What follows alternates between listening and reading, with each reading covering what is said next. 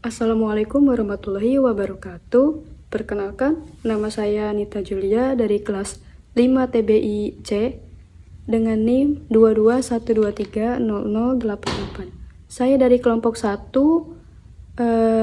Saya akan membahas sebuah topik yang telah menjadi pondasi pemikiran manusia selama ribuan tahun, yaitu filsafat. Pengertian filsafat. Filsafat berasal dari kata Yunani yaitu philosophia. Philos yang bermakna cinta atau sahabat, sedangkan sophia bermakna kebijakan, kearifan, atau kebijaksanaan. Jadi jika digabungkan menjadi philosophia yang berarti cinta terhadap kebijakan atau kearifan, khususnya di bidang ilmu pengetahuan. Sedangkan pengertian filsafat secara umum, filsafat adalah studi tentang pertanyaan-pertanyaan fundamental yang berkaitan dengan keberadaan, pengetahuan, moralitas, akal, dan bahasa. Dalam kehidupan sehari-hari, seringkali kita menjumpai beberapa macam kejadian. Contohnya bencana alam, seperti banjir, gempa bumi, tsunami, dan lain-lain. Sehingga menimbulkan tanda tanya dalam kepala kita. Apakah yang sebenarnya terjadi dan apa penyebabnya? Ternyata hal tersebut juga dirasakan oleh orang-orang pada zaman dahulu. Rasa penasaran tersebut sehingga melahirkan para ahli-ahli filsafat alam Yunani seperti Thales, Anaximenes, Herakleitos, Pythagoras, Leucippus, Demokritos, dan Empedokles. Yang pertama ada Thales. Thales adalah orang pertama yang mencari jawaban atas pertanyaan tentang asal segala benda alam raya ini. Yang kedua ada Anaximenes. Anaximenes menganggap bahwa yang menjadi dasar bagi semua benda dan kehidupan di alam ini adalah udara. Lalu yang ketiga ada Herakleitos. Herakleitos berpendapat bahwa tidak ada yang kekal di alam ini. Semuanya akan mengalami perubahan. Tokoh ini juga percaya bahwa dasar segala sesuatu adalah api. Lalu ada Pythagoras. Pythagoras ini adalah ahli matematika yang berpandangan bahwa segala sesuatu berasal dari angka. Selanjutnya ada Leucippus. Leucippus adalah orang pertama yang mengemukakan tentang atom. Dan ada Demokritos. Sama halnya dengan Leucippus, Demokritos ini juga berpendapat bahwa segala sesuatu berasal dari atom-atom dan ruang hampa. Atom bersifat kekal, tidak dapat dilihat dan tidak bisa dibagi. Yang terakhir ada Empedokles. Tokoh ini berpandangan bahwa alam semesta itu terdiri dari 4 unsur utama, yaitu udara, api, air, dan tanah. Setelah kita mengetahui apa itu filsafat, tentunya kita bertanya-tanya, mengapa harus filsafat dan dari mana asalnya filsafat? Nah, berikut asal-usul filsafat. Yang pertama yaitu menurut Aristoteles. Menurut Aristoteles, filsafat berasal dari keheranan atau rasa takjub manusia terhadap alam semesta. Contohnya ketika kita sedang melihat alam sekitar, seperti ketika kita melihat gunung-gunung yang tinggi menjulang, laut-laut yang luas, serta suara ombak yang bergemuruh. Tentunya kita bertanya-tanya, dari mana benda-benda tersebut berasal dan mengapa benda-benda tersebut ada. Nah, rasa penasaran inilah yang memicu manusia untuk mencari penjelasan rasional tentang segala sesuatu. Selanjutnya asal-usul filsafat menurut Socrates. Filsafat lahir dari dialog dan diskusi kritis. Dengan mempertanyakan sesuatu, manusia dapat mencapai kebijaksanaan. Setelah munculnya pertanyaan-pertanyaan yang ada di kepala, tentunya manusia akan berusaha untuk mencari jawaban dari pertanyaan-pertanyaan tersebut. entah itu dengan cara berdialog, berdiskusi dengan orang pintar, ataupun mencari tahu sendiri dengan kritis. Dalam dunia filsafat, ada 3 tokoh filsuf yang terkenal. Yang pertama ada Socrates. Socrates ini adalah filsuf Yunani yang paling terkenal, yaitu hidup sekitar tahun 469 sampai 399 sebelum Masehi. Socrates ini merupakan tokoh yang sangat peduli dengan perkembangan manusia. Menurutnya, jiwa manusia merupakan asas hidup yang paling dalam. Jadi, jiwa merupakan hakikat manusia yang memiliki arti sebagai penentu kehidupan manusia. Socrates menggunakan metode dialektika, yaitu dengan metode tanya jawab untuk mengeksplorasi konsep moral dan etika. Tokoh filsuf yang kedua ada Plato. Plato adalah seorang filsuf Yunani kuno yang hidup sekitar tahun 427 sampai 347 sebelum Masehi. Ia adalah murid dari Socrates dan guru dari Aristoteles, serta salah satu pemikir paling berpengaruh dalam sejarah filsafat barat. Plato mendirikan akademi di Athena, yang dianggap sebagai salah satu lembaga pendidikan tinggi pertama di dunia barat. Yang ketiga ada Aristoteles.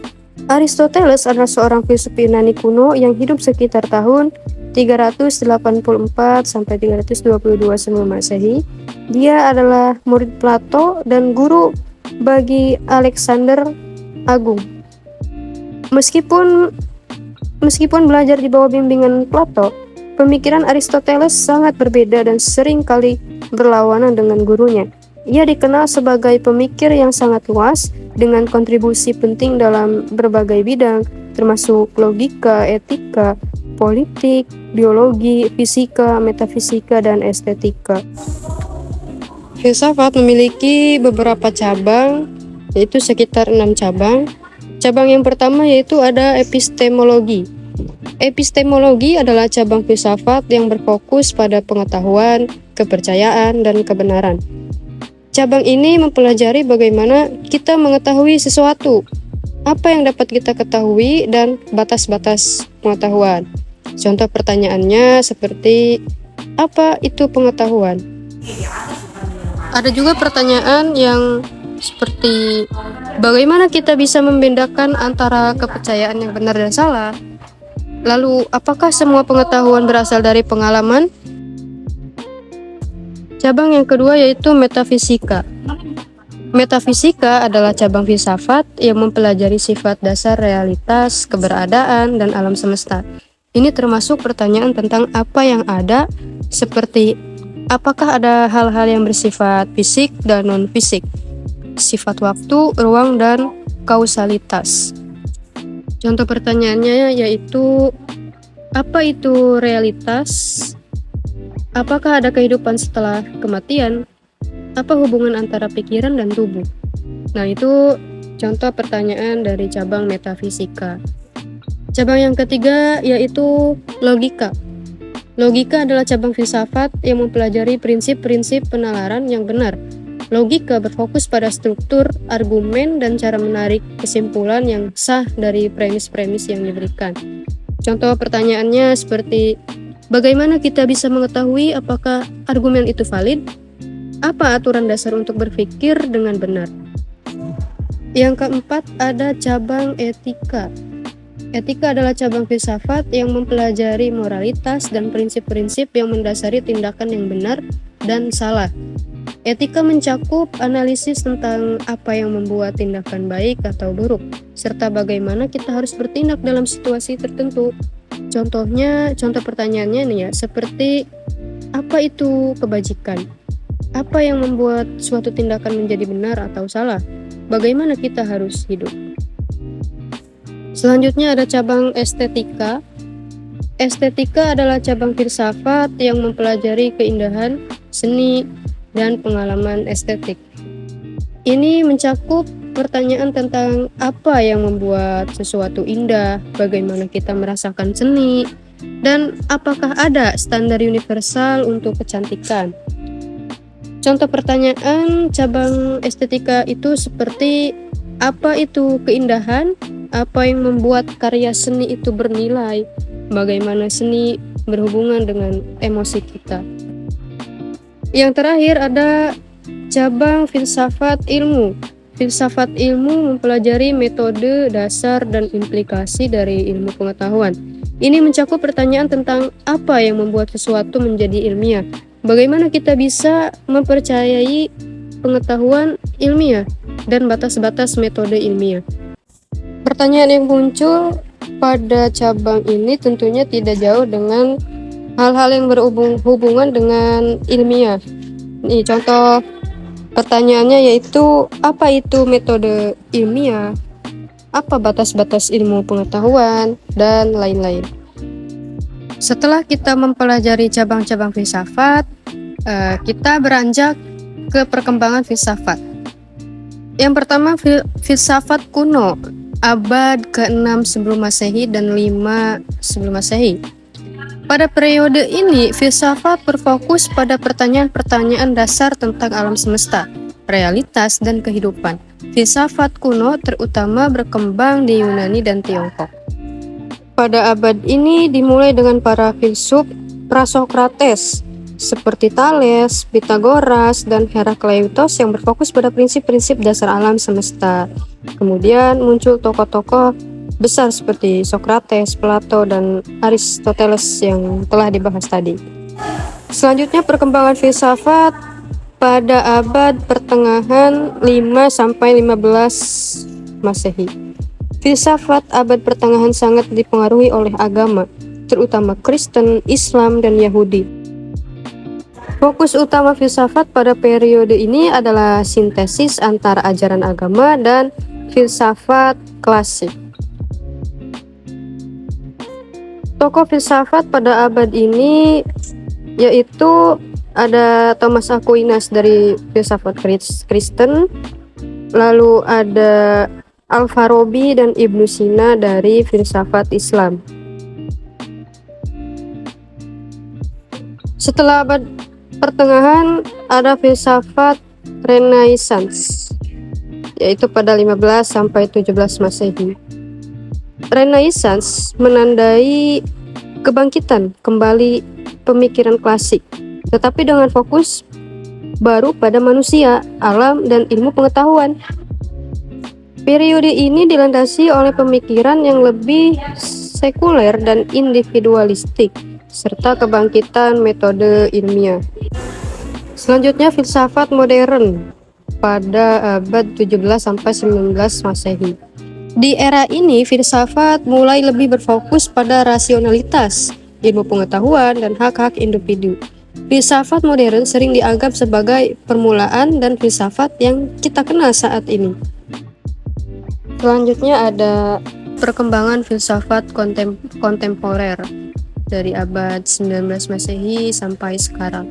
Filsafat kontemporer lebih beragam dan multidisipliner, mencakup berbagai aliran dan pendekatan. Pemikiran kontemporer sangat dipengaruhi oleh perkembangan sains, politik, teknologi, dan budaya global. Selanjutnya ada perkembangan filsafat masa kini. Filsafat masa kini terus berkembang dan bersinambungan dengan banyak disiplin ilmu lain seperti psikologi, ilmu komputer, politik, dan lingkungan.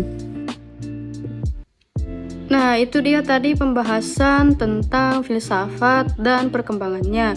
Sekarang saya akan memaparkan kesimpulan dari materi tadi.